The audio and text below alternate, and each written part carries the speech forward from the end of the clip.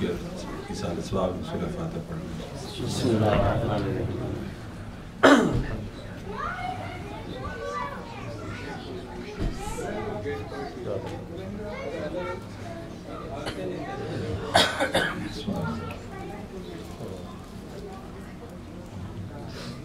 اعوذ باللہ من الشیطان اللعین الرجیم، بسم اللہ الرحمن الرحیم، الحمدللہ رب العالمین والعاقبۃ للمتقین والجنۃ للموحدین والنار للعاصین، والصلاۃ والسلام علی اشرف الانبیاء والقاسم محمد وعلى بیت الطیبین الطاہرین المعصومین ولعنۃ اللہ علی اعدائہم اجمعین، اما بعد، قال اللہ تبارک و تعالی وقول الحق، بسم اللہ الرحمن الرحیم، فقروا ما تیسر من القرآن، صلوات۔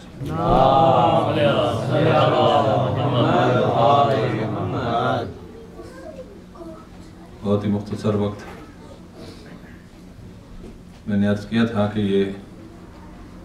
آپ کے علم ہے کہ اس مبارک میں قرآن کی ایک آیت پڑھی جائے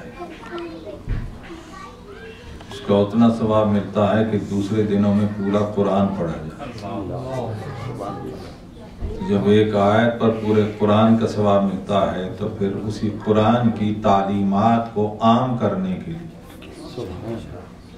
دینی تعلیمات کے لیے، فکر کو جو ہے اس کی طرف جو ہے راغب کرنے کے لیے اور گمراہی کے تھاٹ سے بچانے کے لیے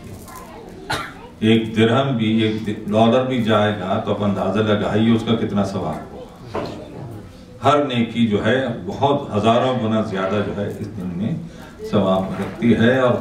خصوصاً یہ حقیقت ہے جہاں بھی جدھر بھی جو شخص جو بھی فکری منزل پر نسلوں کو بچانے کے لیے ذکر آل محمد کی قرآنی تعلیمات کے لیے کوشش کرتا ہے، وہاں جتنے مومنین ہوتے ہیں اس سب پر اس کا احسان ہوتا ہے،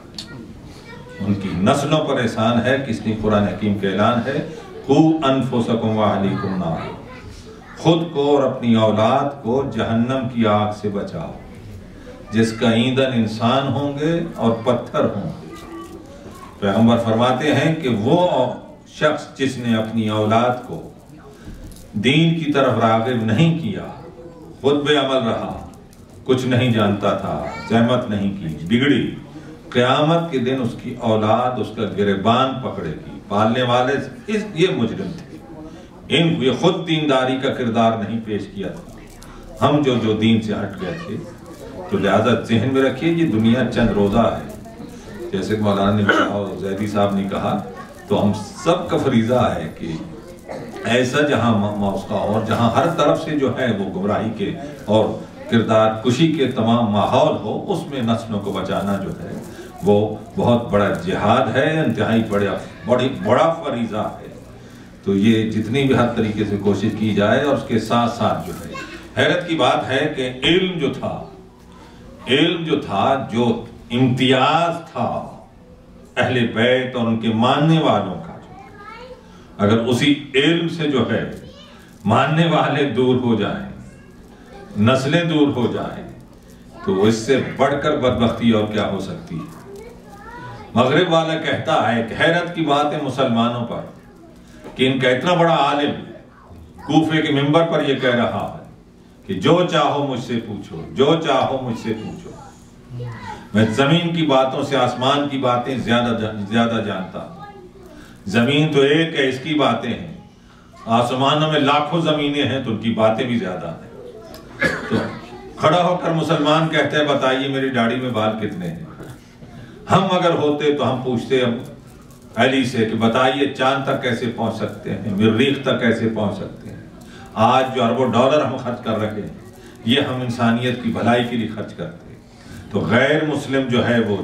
وہ یہ کہہ رہا ہے، مسلمان یہ کہہ رہا ہے، علم جو ہے لینے کے لیے تیار نہیں تھا،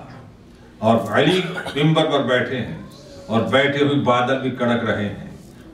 بادل کڑ گیا۔ اس موقع پر میرے مولا نے کہا، خطبے کے اندر ایک جملہ کہہ دیا، آپ نے فرمایا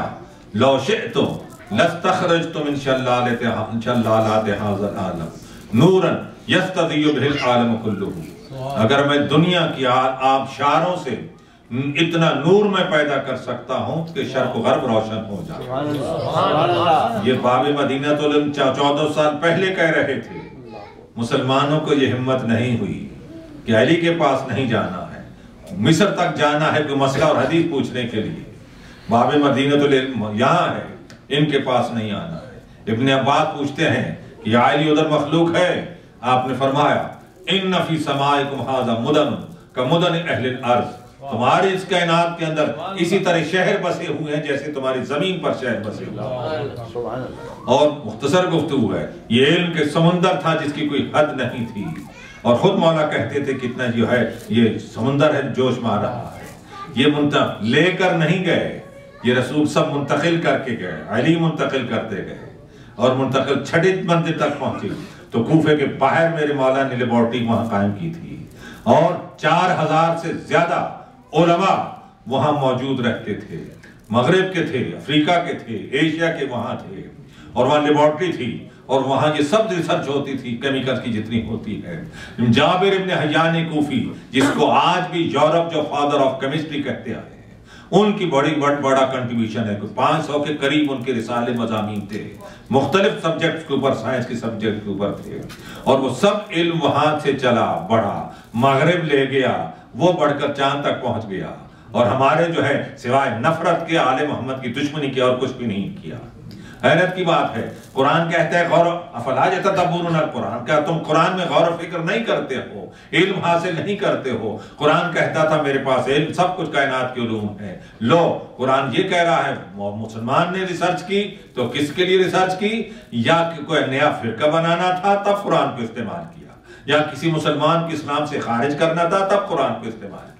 جو علم کا سمندر تھا، اس لحاظ سے یہ سارا علم جو ہم تک پہنچا ہے اور آج ہم کس منزل تک پہنچے ہوئے ہیں، انتہائی افسوس کا مقام ہے۔ تو اس لحاظ سے جہاں بھی علم کی گفتگو ہوتی ہے وہ آپ کے امتیاز ہے، آل محمد کا یہ امتیاز ہے، علم ہی وراثت ہے، اور علم و طاقت ہے کہ آج علم کی دولت پر وہ ساری کائنات پر کنٹرول کر رہے ہیں۔ میں کل بھی ایک جملہ کہا تھا میں نے کہ جہاں علم کی منزل پر وہ چاند تک پہنچ چکے ہیں، ہمارا ملا ابھی تک بعض ایسے ہے کہ چاند تک کہاں پہنچ سکتے ہیں، اور جبکہ قرآن پہلے سے کہہ رہا ہے۔ میری سائنس کی کوبر بک ہے، کافی ٹاپک اس میں نے دیے ہیں، اسٹرانومی کے متعلق ہے، آئنسٹائن کی تھیوری پر بھی، پیرامڈ کے اوپر بھی ہے، تو اس میں نے یہ دیا ہے کہ قرآن کہتا ہے کہ وہ صرف لفظوں تک موجود تھا، قرآن کہتا ہے لَتَرْكَبُنَّ طَبَقًا عَنْ طَبَقٍ، ان قریب ضرور تم ایک طبقے سے دوسرے طبقے کی طرف جاؤ گے۔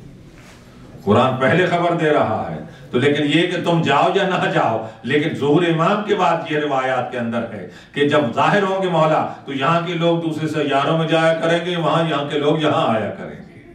تو بہرحال جو علم کی گفتگو ہے کہ جو ہمارے محترم مولانا نے جو یہ کوشش ہے ان کی، ان کے ساتھ جو ان کے گروپ ہیں، ساتھی ہیں، یہ قابل تحسین ہے، اور ہم لوگ آپ کا سب کا فریضہ ہے کہ ان کی جتنا ہو یہ سب اولاد کے تحفظ کے لیے ہے، اور یہ کہ ہم اس دنیا کے لیے نہیں آئے ہیں، ہم آخرت کے لیے جائے ہیں، وہاں جانا ہے اہل بیت کے۔ تو اس لحاظ سے اس میں جتنی کوشش ہوگی، اور رمضان کے معاملے میں تو ایک جو ہے وہ ایک چھوٹا چھوٹا عمل جو ہے اتنا بڑا وزنی بن جاتا ہے کہ وہاں کثرت سے جو ہے وہ نہیں اتنا ہو سکتا۔ اسی لیے کہا ہے کہ جب دنیا سے جاتا ہے تو فرشتے آ کر لوگ آ کر کہتے ہیں کہ اس نے چھوڑا کیا ہے، تو پیغمبر فرماتے ہیں اس وقت فرشتہ موجود ہوتا ہے، وہ کہتا ہے تم چھوڑا کیا یا ہمیشہ کے لیے کیا، وہاں بھیجا کیا ہے؟ تو جو بھیجتے ہیں یہ وہی ہے، یہ خدا کے اکاؤنٹ کے اندر بینک میں جمع ہوتا ہے۔ تو لہٰذا اس میں کوشش سے بات بابا